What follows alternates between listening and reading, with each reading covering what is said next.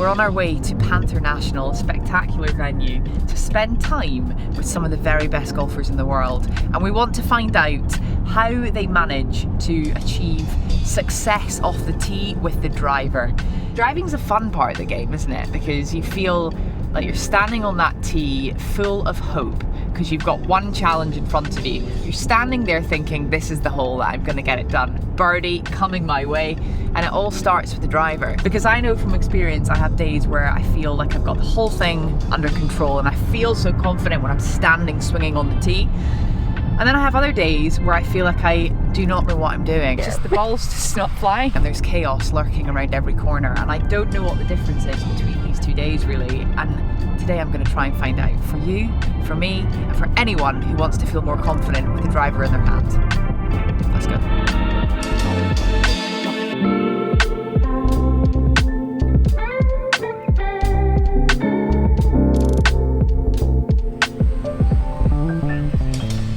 We're here with Titleist brand ambassador Ludvig Åberg, Lottie Woad, Cam Young, Patty Tavatanakit, Gordon's Sargent, Michael Brennan alongside me here. We're in search of driving help. Lottie, I need your help, and we'd love to kind of get inside your mind a little bit and learn a little bit about what you're thinking, what you're doing. You make it look annoyingly effortless and easy when we know it's not. When you burst onto the scene, first as an amateur, you've had some serious success in your young career. And I mean, our jaws were on the floor because of what you can do specifically with this club in your hand. So I've got you for a few minutes here on this tee, and I'm going to ask you a lot of questions about driving. Is that all right? Yeah. Cool.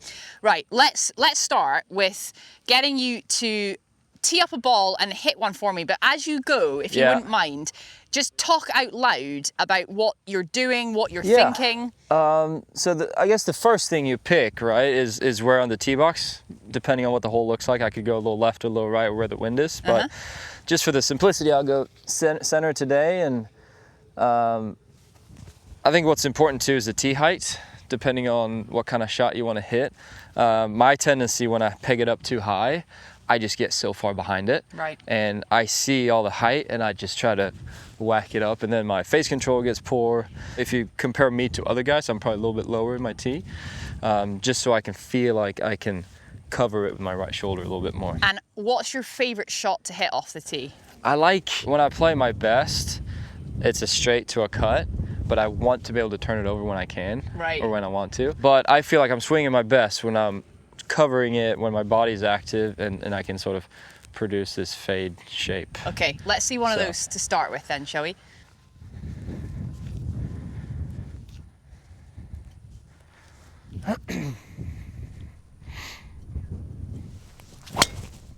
Beautiful. It's a great one. What about your pre-shot routine? Because I think that a lot of amateurs out there, myself included, have sometimes struggle with a lot of things going on in the head, getting into the ball, finding themselves over the ball and feeling a little bit stuck. You just get in there and it's like there's really no hanging around, and if you blink, you miss it because you're off. The ball's gone, which is beautiful. But you know, have you always been like that? I think it comes natural to me, but sometime in college I made a conscious decision to kind of keep doing that, just because it makes it easy for me. When I'm back here, when I'm talking to my caddy Joe, we'll talk about the wind and the kind of shot we want to hit. And I think once that's done, all I need to do is just hit it. Right? So I think I have a good idea of how to separate those two, so that when I'm over the ball, I've already decided what I'm going to do, and because I don't deviate too much, I think it's easier for me to do that. Under the gun, under pressure, let's say 18th hole of a major championship and you're in contention, what are you doing on the tee? Yeah, that's the thing too. I don't try to do anything quite different. I think obviously you understand the situation is what it is, but I would never change my routine. I would never change the way that I approach it. I might pick a different shot depending on the situation and depending on kind of the dispersion and what it looks like, but I would never change routine. I would never change feels or something like that just because of where we are. And like the Ryder Cup is an example of that, where there's just complete chaos around you, but all you can do is just affect your routine and make sure that one's in alignment. Okay. Well, we'd love to see you hit one more, if that's okay. Okay. I'm going to try and just absorb as much of this as I can. Your beautiful posture, the way you address it, to all of the tempo in the swing. Let's see one more.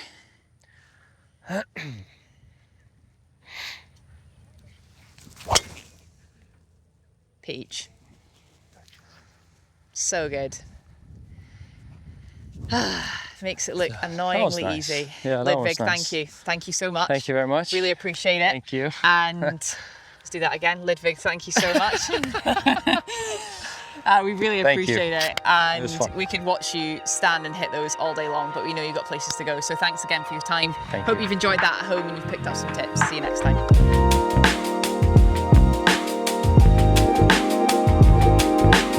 So like that was it.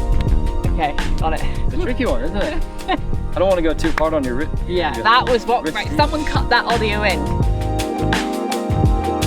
We're here with Titleist brand ambassador Lottie Woad. Are you prepared to share a few secrets with us today? Yeah, I'll try. Okay, loving that. The GTS. It looks gorgeous. So let's just go. I'm going to come over here. You grab a ball and a tee, if that's all right. But can you just say out loud everything that's going through your head in this whole entire process? I mean, first I'm just getting the right tee height. Yeah. I mean, I've done it so many times, but I just kind of look down the ball and kind of about halfway. Yeah.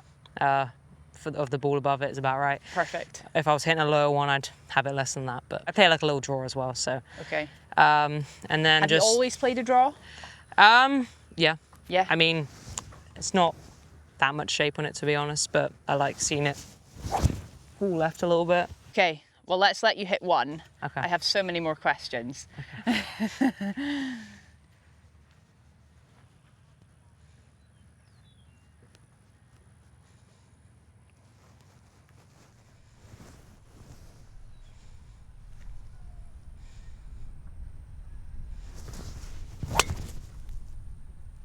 Bingo. So that's kind of just holding it against the wind a little bit.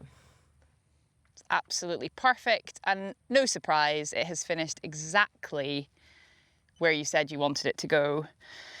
So there's lots I want to talk about just in the setup there, but before we get back to that, let's take a little look at these numbers. Yeah, I mean, the shape was what I wanted. Kind of just looking at, obviously first swing day maybe a bit slower, but spins in a nice place, 2-4.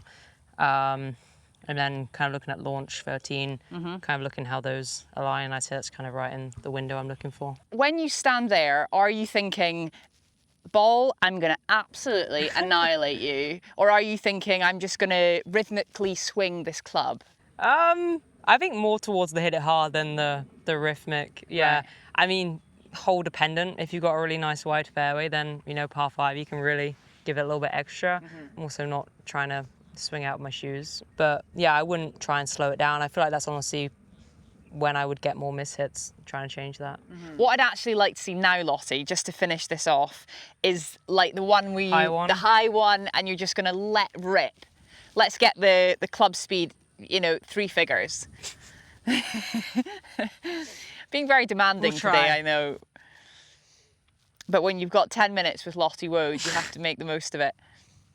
So this one I probably am teeing up like a little higher and just hitting a little more up on it. Yes. I heeled it a bit, but... The sound of that though, that had a different noise. It's at the right half of the fairway. Yeah, little heel. 100, you managed to get us up into the 3 figures. Do you want to do one just for fun? We'll do one more. Turn it over ball a little speed bit. 150, launch angle 12.5. Well, that's better ball speed for a miss hit on this though. Spin rate a little higher there, but you're carrying that 250. That's enormous. That's just the... Got wind hurting and off the right. Total 275. It's a big ball. That is a big ball.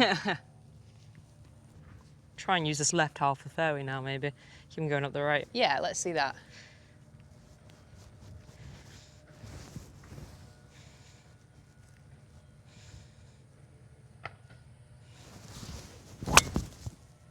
Oh, it's the draw. Beautiful. All right, that was the middle of the fairway. It's a thing of beauty, that. It is an absolute treat to the eye. Back in 150 ball speed, carry 252. Yeah, take that into the wind. 282 total, that is enormous. Lottie, you're a legend. We really, really appreciate your time today. Thank you. We're so proud of you in the UK, so keep smashing it out there on tour, and we'll see you again sometime soon, I hope. Thank you. Thank you. Oh, that one was hammered into that wind. Was annihilated. I do like this new driver. 282? Yeah, I heeled it 150 ball speed. I was like, okay. You're an animal. She's an animal. I am very pleased to say that we have driving sensation Gordon Sargent alongside us now, because Gordon, I'm on a quest. I've come all the way from London. I'm on a quest to find out the secrets of driving the golf ball well. And there is a theme of kind of, don't overthink it, just get up there and give it a good rip. Let's get you in position. Okay. So I think a lot of people, myself included, when you stand over the golf ball to drive it, you sometimes get a bit stiff. The more you can dumb it down to like see ball, hit ball. Yeah. Because like if I'm playing baseball or basketball, if I'm thinking about what I'm trying to do in a baseball swing, or like when I'm throwing the ball, it's never gonna, like it's not gonna go where you're trying to. Yeah. So it's like, honestly, the less you try, the easier it is to at least get that flow. And like, I just feel like your misses will get way tighter. Yeah. Like one thing I've kind of learned is that like when you try and hit it hard, it's like, usually that's when I feel like I can go haywire. So I am more of like I try and feel one speed the whole time. And if I was going to hit it hard, like I'd feel more speed at the bottom versus in transition. You want to fire your hips, but you don't want them to get like way out in front of you. So it's like, I feel like most people, when they try and hit it hard, it's like they try and like hit it hard here. Yeah. But it's more like kind of at the bottom is where I feel my speed. Okay, I'm loving this. Gordon, let's see you hit one. Okay. And then we can talk a little more. All right.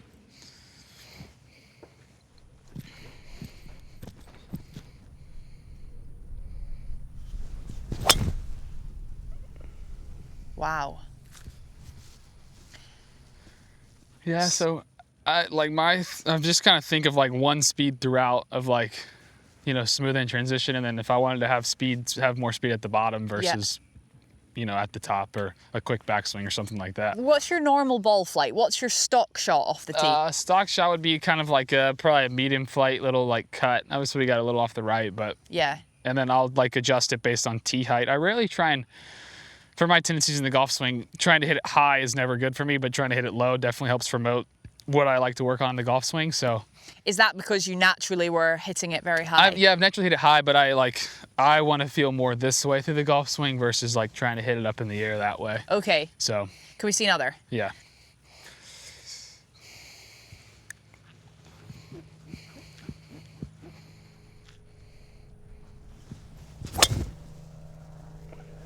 That's awesome. Yeah, so I usually like, based on the shot I'm trying to hit, just kind of mess around with setup and ball position, and then really just kind of swing it. So the TrackMan's telling me that you're carrying it round about 310. Okay. Is that kind of normal? Yeah, that's pretty normal. Yeah. And then total, it's running out to like 355. Club head speed's obviously right up there. Ball speed 183. What's the ball speed that you're kind of comfortable operating in? Yeah, 183 to like 185 is usually like, I mean, because obviously I'm going to be like, when I get on the golf course, I'm never going to swing it necessarily slower because I'm going to be kind of pumped up and stuff. Yeah. But yeah, practicing a little bit smoother. Like, I mean, I can get it up there, but it usually doesn't necessarily help me too much. Yeah, yeah. We're so grateful that you're giving us all this insight. It's really good stuff. Of course. Let's see the Gordon Sargent big ball, and then we'll let you go. All right, I'll tee it up high, and So tee height's coming up a bit. tee height's coming up a little bit. Ball position change at all, or? I would probably move it up a little bit.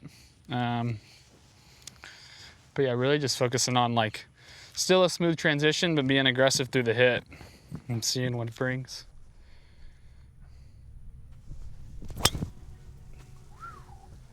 Wow. That is absolutely spanked. Yeah, I'm trying to figure out why I don't do that every time.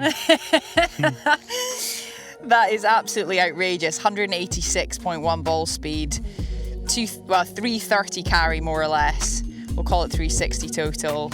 Launching at more or less 12 degrees. That is a thing of beauty. We'll screenshot this and we'll let you take it away. Yeah, I'll try and do that Gordon, again thank too. you. Thank you. Thank you so very Appreciate much. it. Really appreciate it. Absolutely. Cam Young's my next victim here on this tee. Where would you rate yourself as a driver of the ball relative to the rest of your game? I'd say it's one of the better things I do.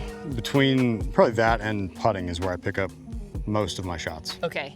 So what do you think's if you could pinpoint one thing that you do well right now with the driver, what's that?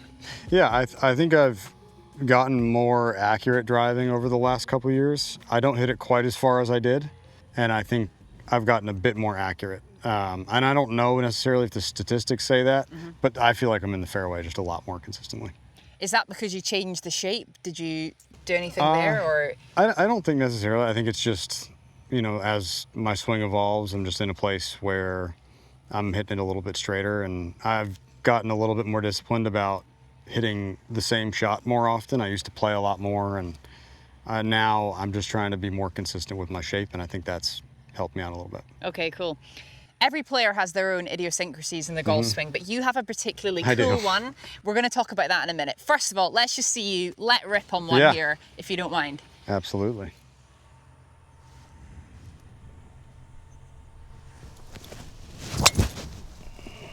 Oh, yes. That is absolutely sent. That's hit pretty well. That is enormous. Let's see what the TrackMan's got to say. Oh, 79 and a half. We'll round it up to 180 ball speed, carrying it 313, total 345. Launching it just under the 13, that's quite a popular area to live. Is that where you want to sit? Yeah, to me, that's a just high, but we're a little bit downwind, so I think naturally it just kind of shifts me that way, trying to keep it up in the air. And that's draw, how much of that is the wind versus your natural shape?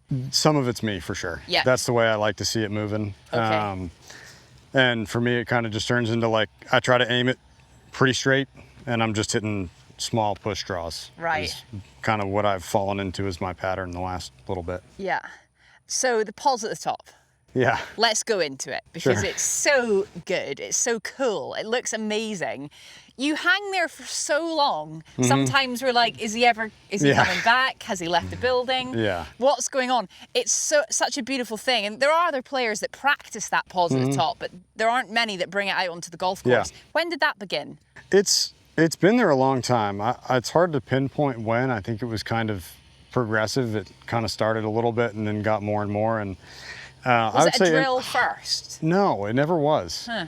I think it was just in trying to change positions. That's where I ended up. And some of it is fake, I like to say, because some of it is like, as I'm starting, this arm starts to bend.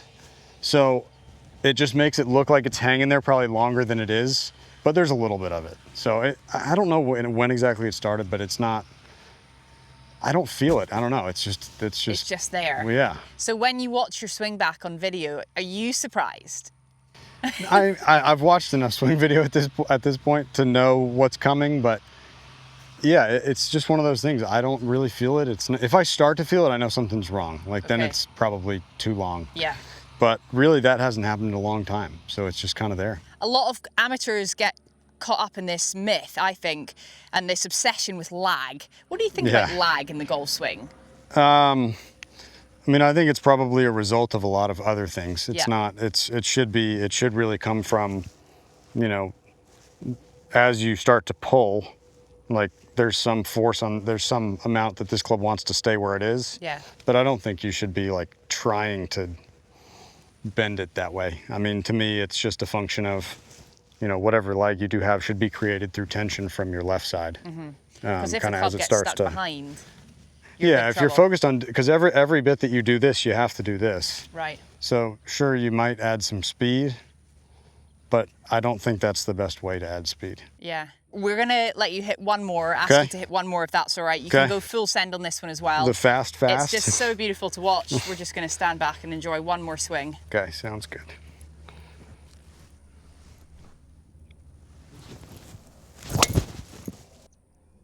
There it is. Sensational. Would be findable. Absolute treat. Thank you so thank very you. much for Enjoyed your it. time, for explaining that. Yeah. It's a delight, and I have got a lot to take home with me to London. Thank you. You got it. LPGA superstar right here, Patty Tavatanakit. Great to have your time. We're going to dive into it a little bit more because in the short time we have you, I'd love to try and learn as much as I can. So to start with, let's just see you hit one, and if you don't mind, just speak out loud what you're going through in your kind of routine, and then up to the ball, what you're setting up, and then just before you hit it? I used to hit a draw. I used to hit draws a lot off the tee with drivers, but how I swing it now, I'm like straight falling right kind of shot. If anything, you know, I'm going that way. So like a general fade. Yes, but my tendency is to aim right because like I've hit a draw, and this is how I would set up sometimes. I would set up shut, and so I would just go up, and then like I know I'm setting up right of where I like think, so I would just cut it across and just get that high right shot. Right. So for me right now, all I'm working on is aiming good with the driver, which actually like not a lot of people work on aims, and like aim's pretty important because that kind of sets where your club face is going, and club face is like the only thing that makes contact to the ball. As far as contact where it's gonna start, it's like your club face, right? I make sure I am setting up to those 3 poles right there. And for me right now, it feels like I'm opening up because like I've been here the whole time. Right. So I feel like I'm open, but I'm not. Like I'm square. So just trusting that I'm aiming there and make a good backswing and just like release it. Gorgeous. This beautiful width that you have in the swing, can you talk to us about that? Because I can see this very deliberate sort of set that you do. Width, I think, comes with good rotation. Right. Because if you just kind of like rotate your center chest right here, center chest just there, right? Like your hand's gonna go there, kind of there.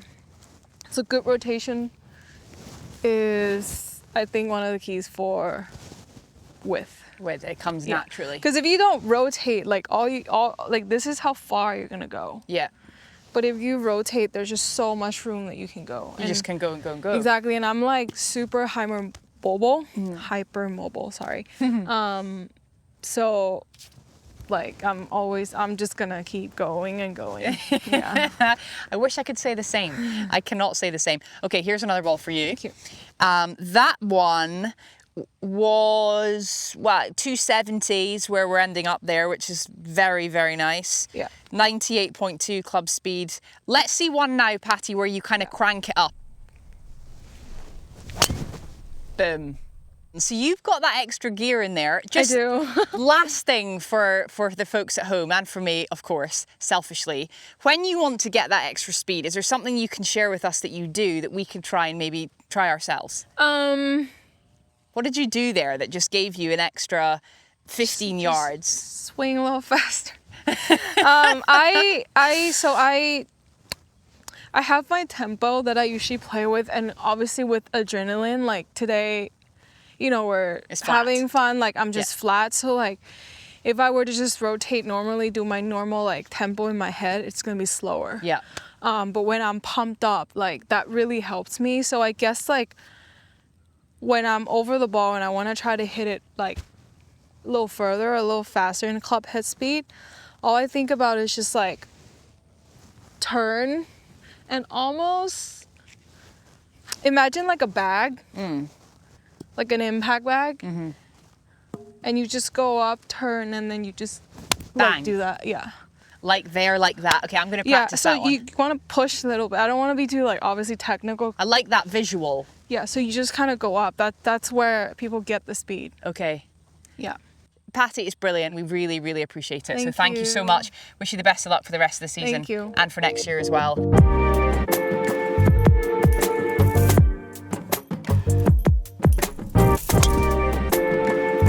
Holy smokes. We may have just saved the best till last because we have Michael Brennan alongside me here. And Michael, I know that you know a thing or two when it comes to driving the golf ball. If you could just let us get into the brain and try and learn a little bit about what you're thinking, what you're doing so successfully with this club. We can't wait any longer to see you hit one of these things. So let's start by hitting one. Okay. I'm not going to ask you to share anything with us. I just want you to get in there like you normally would. Yeah. And let rip.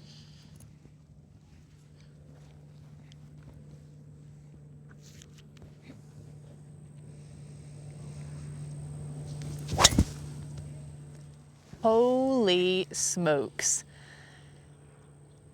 Michael, that is outrageous. I've seen a lot of people hit a golf ball. Like I've covered the men's game for a few years now. I've seen a lot of tee balls. That is something very, very special. Have you, I mean, okay, let's see what the numbers are telling us, just for the folks at home. Tell us if this is kind of what you're used to seeing, but we've got 188.4 ball speed. Yeah, that's normal? Fairly normal, yeah. There is nothing normal about that. Yeah. That is just insane. Okay, 127 is club speed, 315 carry, and 340 total.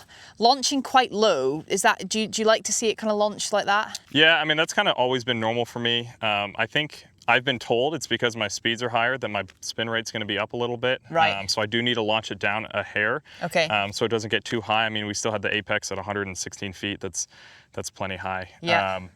But if I spun it, if I was like at 2100, you know, then my launch angle would need to be up a little bit. But I've always kind of been a slightly lower launch, higher spin guy with the driver. Yeah. And I feel like I have control, you know, when I spin it that much. And so I'm not really looking to change it too much, just kind of refine it within that range. Window, yeah. Okay, I mean, there's not a lot that I can relate to in this because this is so far beyond anything I'll be able to achieve. But I think if we just take a moment to kind of break down some of the fundamentals, there will be something from your swing, Michael, that I can take back to London with me. Yeah. So let's just tee one up, if you don't mind. Yeah. And then just talk us through kind of foot by foot. Fundamentals, I'm actually in the process of trying to like simplify my grip a little bit. It was getting a little strong at the end of the year, this year. So again, just trying to make sure my grip is really solid. And we kind of looked back at some photos of some of the greats like Jack and how they grip the club, and it's all very similar. So just trying to make sure you get a good kind of neutral fundamental grip on the club.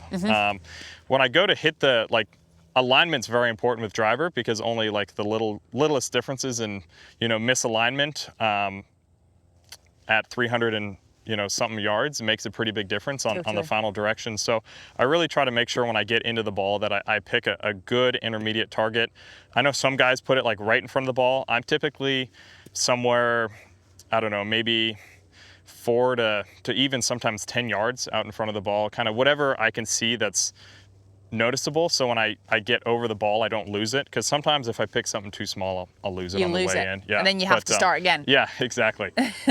So I'll try to get into a decent setup position.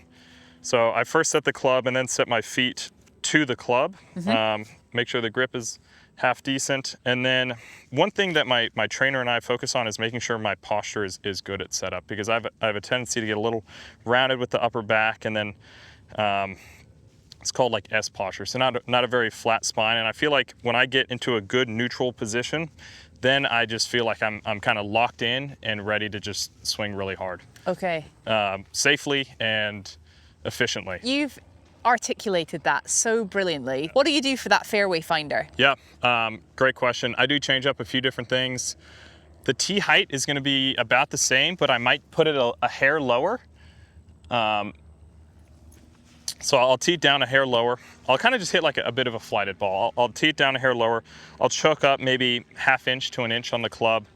I don't have any specific, but just kind of whatever feels like a little bit of choke to me. And I'll move the ball just a hair back in my stance, and that kind of just helps me to feel a little more on top of the ball and kind of just hit like a little punch. But other than that, I'm still swinging hard. I'm not like trying to hold back. But I think that shortening the club a little bit and flighting it down definitely helps my dispersion. You say it a little smaller. A little tighter, yeah. When you move the ball back in the stance like that, because that last one you hit, just a little fade, what does it do to the ball shape, if anything? Yeah, I mean, it will, just because I'm going to be hitting the ball steeper, and the ball is going to be a little bit more back in my stance, my path should move into out a little bit more, so it should be a little bit more of a neutral kind of straighter ball flight and less of a cut. Should we see one of those? Yeah, let's try it.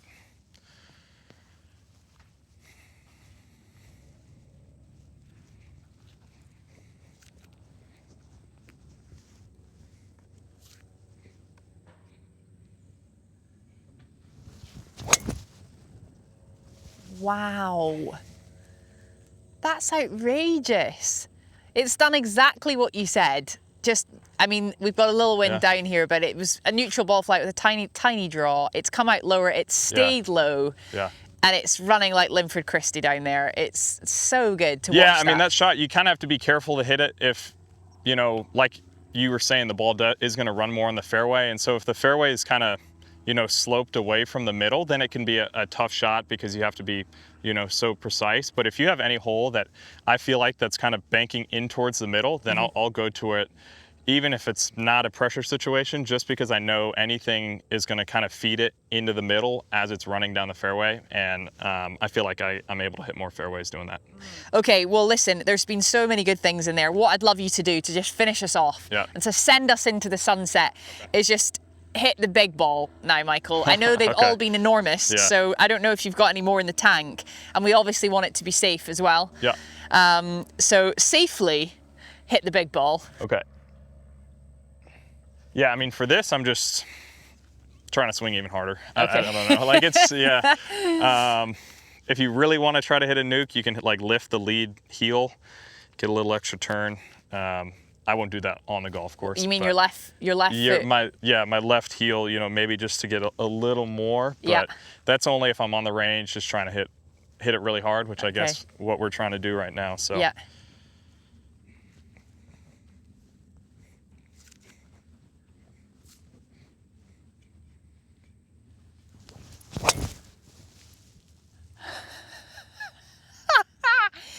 That is ridiculous. I don't know. That is absolutely ridiculous. 192 ball speed, 130 club head. Oh my goodness. I am lost for words. Michael, that has been an absolute treat. Thank you so very much. Thank you. You've given us loads to work with there. I'm going to have a lot of homework on my flight back to London. Thank you. We wish you all the best for your career, and we can't wait to see how it unfolds. Thanks. Thanks. Em. Well, there we have it. I came across from London all the way here to West Palm Beach to find the top tips from the pros, and they did not disappoint. They delivered, in fact, beyond my wildest imaginations. They've given me so much good material. I'm going to have an entire winter of grafting and grinding and working on hitting my driver. Some of the things that stand out to me, first of all, they all have immaculate posture and they all work on the setup more than anything else. They all have their idiosyncrasies. Some of them have got knees that point to the left and shoulders that point to the right, but they do the work and they make sure that everything's matched up and they're aiming at their intended target line. So I've got a bit of work to do on that because I know I tend to aim to the right. Second of all, there was a constant theme. They don't overthink anything. They get in there, they've got the target in their mind's eye, and bang. But yes, they've done the work that gives them the luxury of being able to do that. I'm gonna have to rewatch the piece of content myself, probably many times, so I can remember all of the wonderful golden nuggets that I got here today at Panther National. All that's left to do is hit one little drive. See if I can take some of those tips into my own game.